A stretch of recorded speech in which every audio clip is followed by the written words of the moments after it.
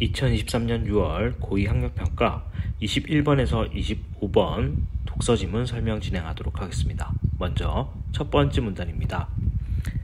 소크라테스 이후 전통 형이상학에서는 현실 세계를 불완전하고 거짓된 세계로 간주하고 보편적 진리로 이루어진 현실 세계 너머를 참된 세계로 여겼다.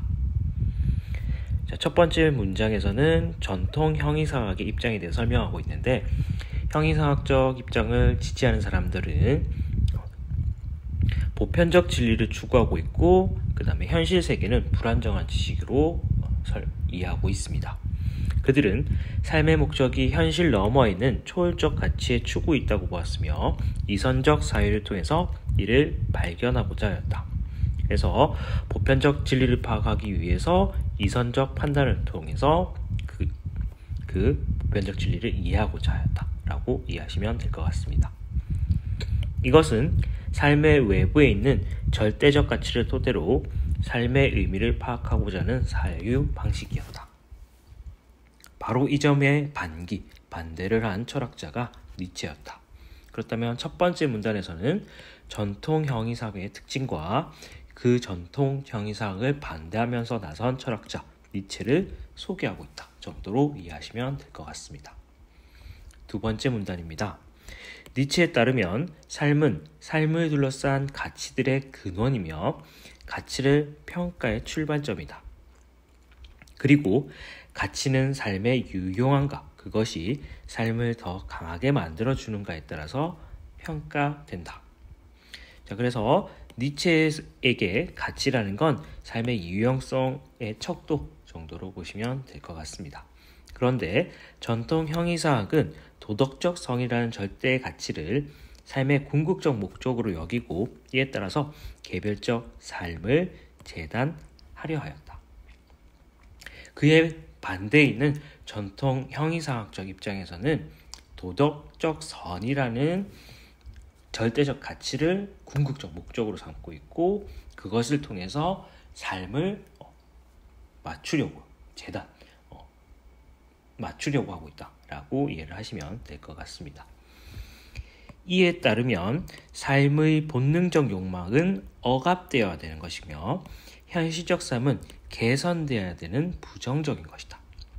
그래서 니체와 형이상학은 정반대의 입장이다 라고 이해할 수가 있겠습니다.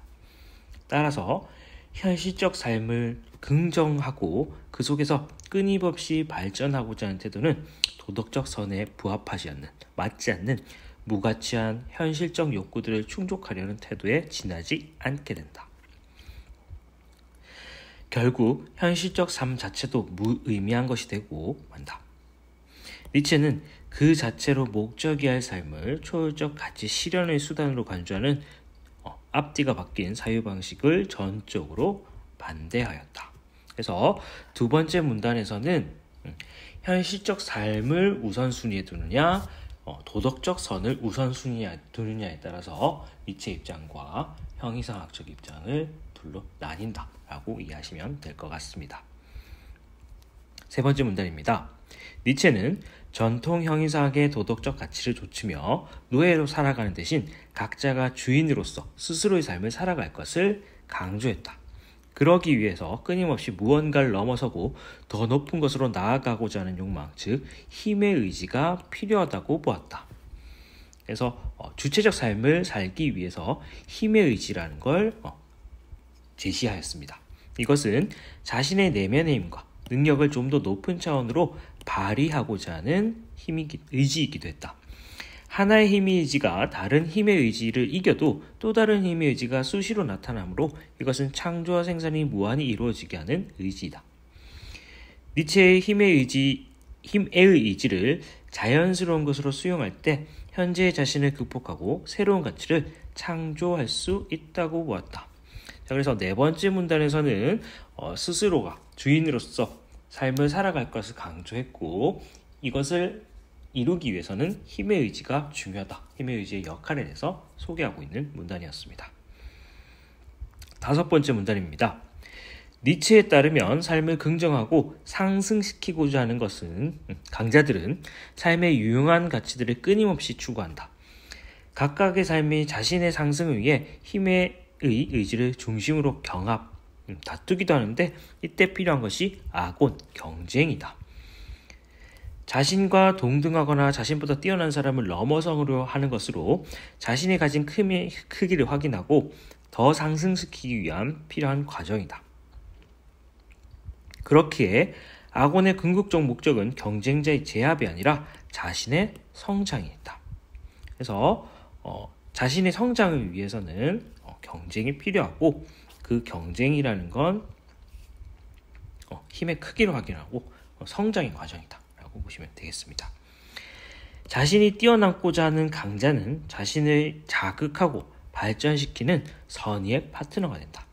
상대를 이기고자 하는 데서 오는 고통이 클수록 상대가 더 강하다는 뜻이며 이때 고통은 오히려 성장의 원동력이 된다. 물론 강자들 사이에도 힘의 차이에 따른 위계는 존재한다. 그러나 이때 위계는 일방적 계급 질서가 아니다. 승패는 존재하지만 비교를 통해서 자신의 힘을 평가하고 좀 더 성장하고 노력하고 하였음을 서로 인정하므로 강자와 상대적 약자 간의 힘의 위계는 지배적 형태가 아니라 상호 존중의 형태로 드러난다. 즉 니체의 아곤은 자신의 삶을 긍정하고 자신의 성장을 위해 타자를 존중하는 태도다 라고 할 수 있다.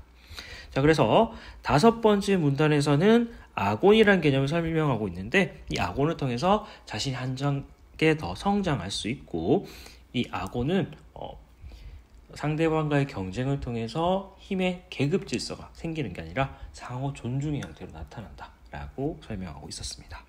마지막 6번째 문단입니다.